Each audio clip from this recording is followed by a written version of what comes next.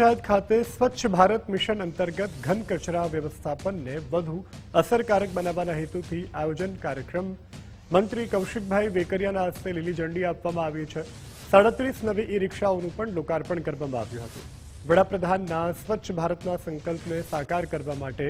અમરેલી તાલુકાને 7, ધારીને 5, ખાંભાને 3 અને કુકાવાવને 5, લીલિયાને 5, રાજુલાને 5 અને સાવરકુંડલાને 7 એમ કુલ મળી 37 વિવિધ ગ્રામ પંચાયતોને ઈ રિક્ષા ફાળવણી કરવામાં આવી છે, જેના દ્વારા હવે ગ્રામ્ય વિસ્તારોમાં ઘરે ઘરે જઈ ભીનો અને સૂકો કચરો અલગ અલગ એકત્રિત કરી અને ઘન કચરાનો યોગ્ય નિકાલ કરવામાં આવશે।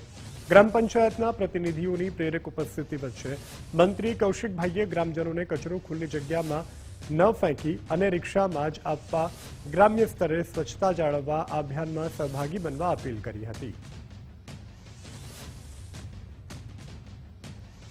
સ્વચ્છતા ही सेवा સ્વચ્છતા મિશન અંતર્ગત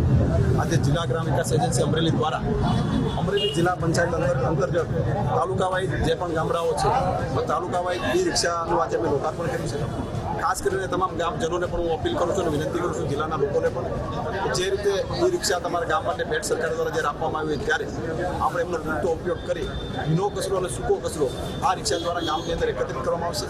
દરેક લોકોએ કચરો ક્યાંય બેદર કે ફળિયામાં ક્યાંય નાખો બહાર નાખવો ન જોઈએ। જ્યારે પણ ઈ રિક્ષા સવારમાં તમારે ત્યાં કલેક્ટ કરવા આવે અને ભીનો અને સૂકો બંને કચરો અલગ આપી અને ખાસ કરીને સ્વચ્છતાની ઝુંબેશની અંદર આપણે બધાએ સહભાગી થવું જોઈએ અને આ અપીલને આપણે બધાએ માન આપી અને આપણું ગામડું, આપણું શહેર, આપણું આંગણું એ કાયમી માટે ચોખ્ખું રાખવા માટે આપણે બધાએ ઝુંબેશ પણ ઉપાડવી જોઈએ। આજ રોજ અમે અમરેલી મુકામે સ્વચ્છ ભારત મિશન અન્વયે માનનીય કૌશિકભાઈ વેકરિયાના વરદ હસ્તે